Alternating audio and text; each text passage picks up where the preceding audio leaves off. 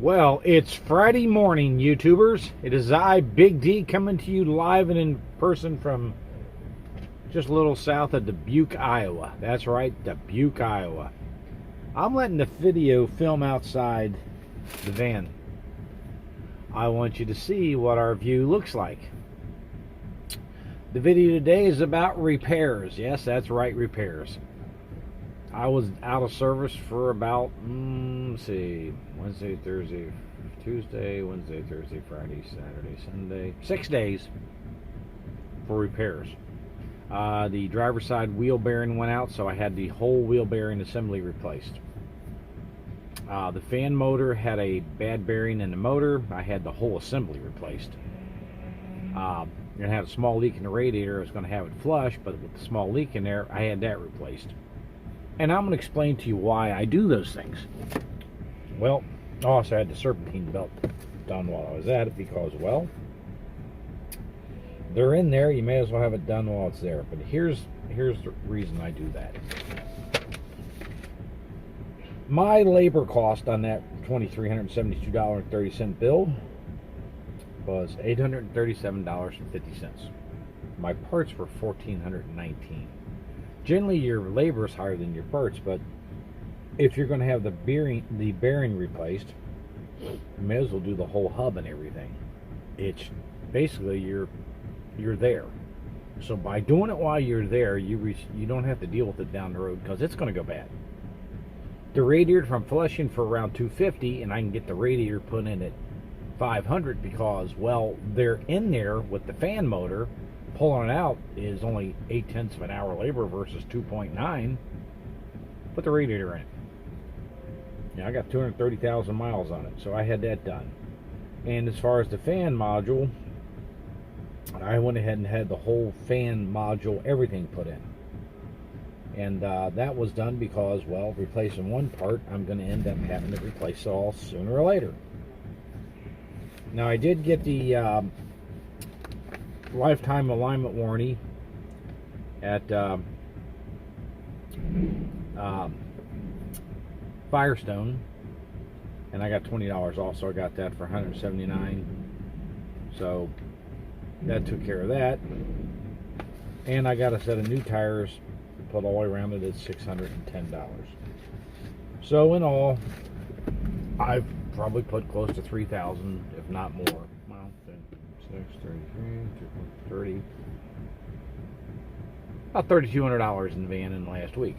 You're going to have to be prepared for that, and I was off work for those days too, so I lost income. So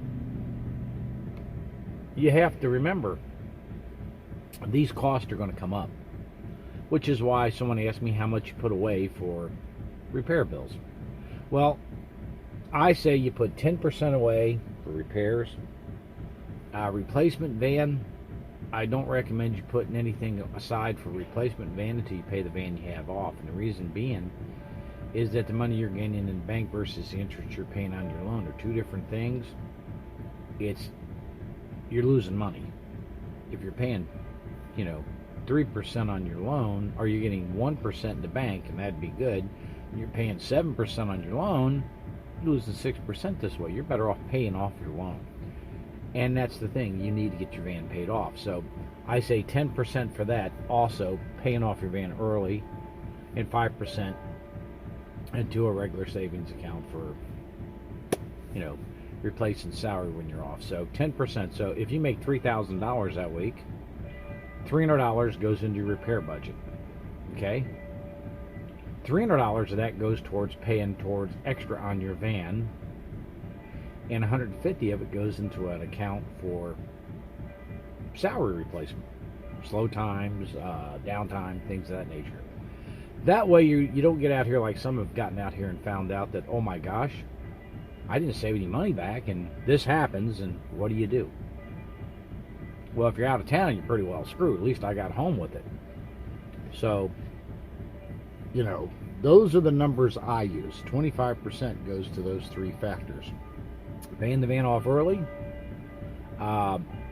repair fund, and a cushion for salary replacement. And then the other 75, you do with it what you want. So I hope that answers your questions. I went in service Monday. I sat at home for 3 straight days, had to deadhead up to Toledo to get out of the Cincinnati area. Couldn't get a load out. It's still a little sluggish out here. Like I said, I don't recommend coming out until things pick up. I mean, I'd probably give it to April. March isn't looking a whole lot better from what I can tell. So if you're coming out, I'd make it April and start looking for vans. Or go with an owner-operator. Or not an owner-operator, but go with a owner. They call them a fleet owner. I just recently heard from a guy who left Bolt that they lost 50 vans in one day. People quit. So, you know, I talked about the mega carriers, and well, if that actually took place, you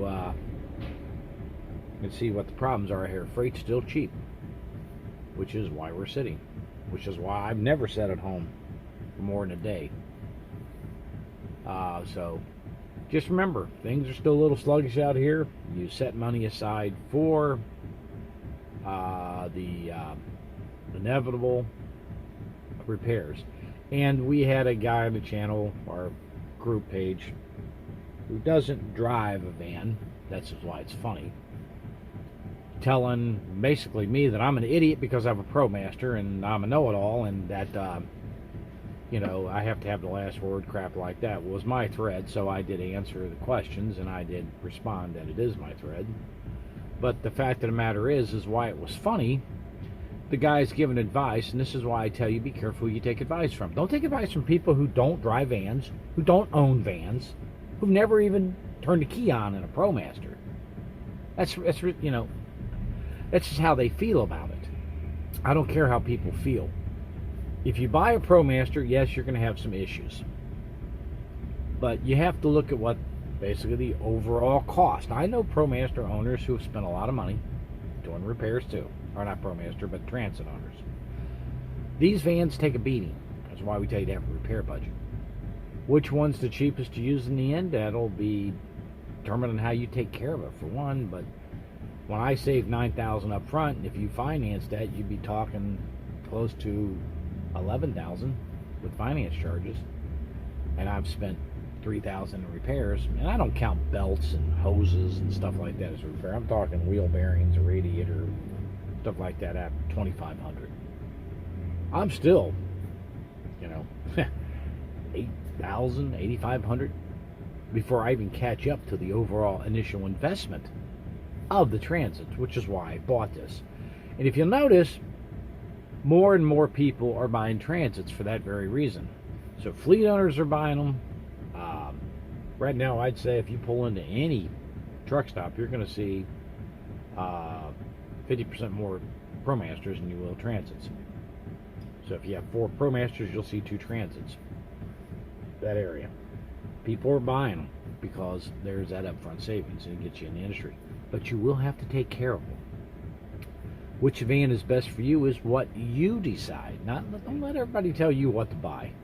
The only advice I give you on vans, it's the biggest, the tallest, and the longest you can get your hands on. If you're going to buy a Mercedes, I don't like them, but if you want a Mercedes, go buy it. Okay, but get the biggest, longest, and tallest. If you're going to buy the Transit, I have nothing against Transits. They're nice vans. But if you want to spend more and get a Ford Transit, go for it. Get the biggest, longest, and tallest. If you want the Promaster, get the 3500 high top extended. The biggest, longest, tallest. I like the NV, the Nissan.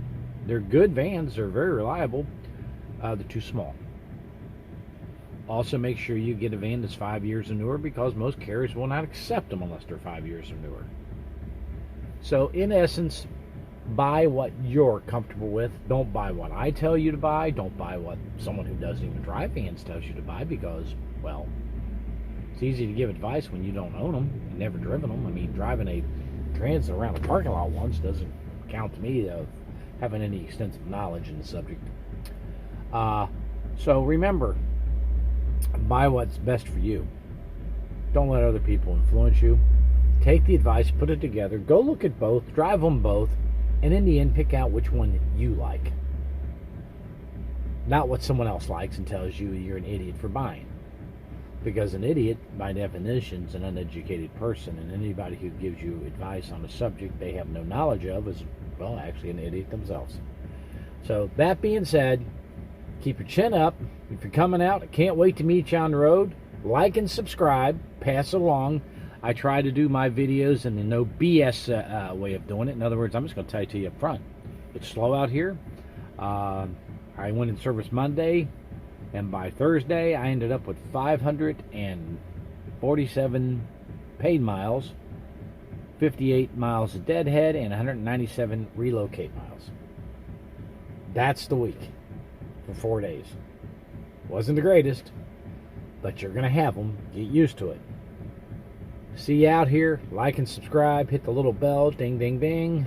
And I'll talk at you later. And if this video isn't coming out correctly, I got it in the widescreen section on the phone.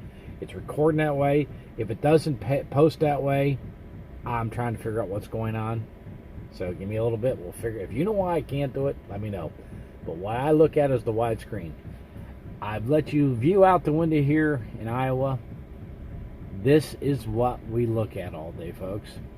This is what you have to look forward to. This is what your day can be like. And you could be sitting here for 2, 3, 4 days seeing the very same thing. Well, you'll see different vehicles, but what the heck. Talk at you later.